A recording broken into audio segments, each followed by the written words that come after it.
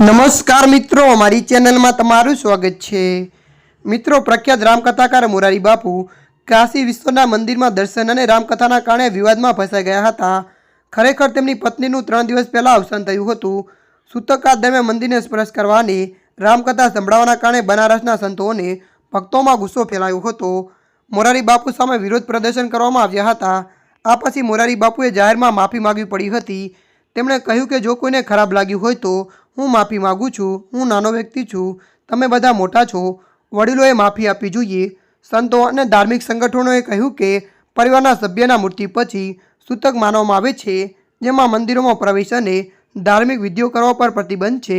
આ પરંપરાનું ઉલ્લંઘન કરવા બદલ વારાણસીમાં મોરારી બાપુ સામે વિરોધ પ્રદર્શન શરૂ થયા।